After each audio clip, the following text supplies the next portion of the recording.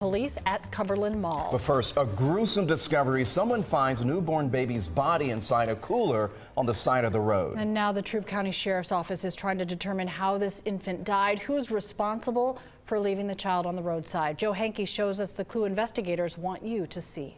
I'm standing near Highway 27 or New Franklin Road. I'm about 4 miles north of LaGrange. A sergeant with the Troup County Sheriff's Office tells me right around the corner here on the quieter Boy Scout Road, a cooler sat next to the woods for several days. Then yesterday, someone stopped, they opened up the cooler, they looked inside, they found the body of a newborn child, and then they called 911. Boy Scout Road, north of LaGrange, is less than a mile long, and with only 2 driveways at the far end, little traffic comes down this road. But someone stopped here Sunday afternoon when a bright-colored cooler decorated with watermelons caught their attention, and they called 911. Sergeant Stuart Smith says hopefully the picture of this cooler will help solve the case. Maybe somebody knows something about this cooler. Maybe they knew somebody that owned this cooler, recently had a child, and hopefully we can put those pieces together. Around 3:20 p.m. Sunday, deputies came to Boy Scout Road and began investigating the death of the newborn. Details have not been released by the sheriff's office of when or how the child might have died or the child's sex. After talking with witnesses, though, investigators determined the cooler sat next to the woods on Boy Scout Road for at least 4 days and maybe as long as a week. There's no excuse why they disposed of it like it was or why they disposed of the child like they did. But again, we just want to know the circumstances as to what happened, what led up to the death of this child. Sergeant Smith says until the specifics of what happened are known, he cannot say what charges the person responsible for leaving the newborn in this cooler could face. And an autopsy is scheduled to take place tomorrow at the GBI Crime Lab. I'm told once the results from the autopsy are available, the Troup County Sheriff's Office should be able to release more details about the newborn and how the child might have died.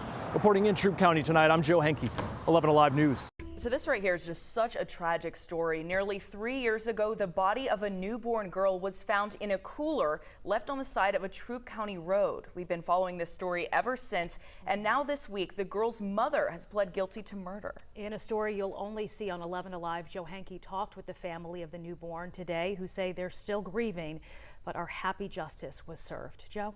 Sheba, the newborn's family has never talked publicly about her death until now.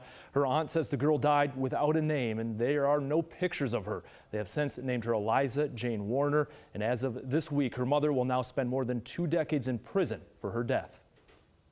She was one of us, and that person that we knew, we didn't think was capable of what she did and capable of hiding it from the people that she called her family. Savannah Warner says Caroline Riley Probst was engaged to her brother, and before this cooler was found on the side of a Troup County road in 2019, she hid the fact she was pregnant from everyone. The story she told us that she had her in the middle of the night and did what she did and then just moved on like nothing happened. Warner says her family, including her brother, didn't know Eliza Jane Warner existed until more than a year after she died, when Troup County investigators using DNA evidence contacted her family. We were all hurting very badly. We were hurting over finding out about Eliza and realizing that we would never know her.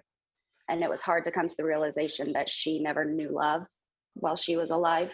Little Eliza was born December 28, 2018, and was found days later inside the cooler on the side of the road on January 6, 2019, by a person driving past. A year later, using DNA evidence, investigators determined Probst was the mother, arrested her, and she was charged with murder. Then this week, nearly 3 years after Eliza died, a plea deal was reached. Probst pled guilty to second-degree murder and child cruelty. Her sentence, 23 years in prison, then 7 more on probation.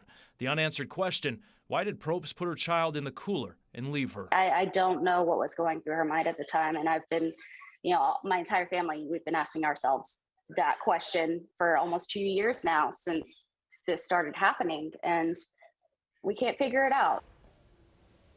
And Savannah Warner there tells me her family is now focused on honoring Eliza and keeping her name alive.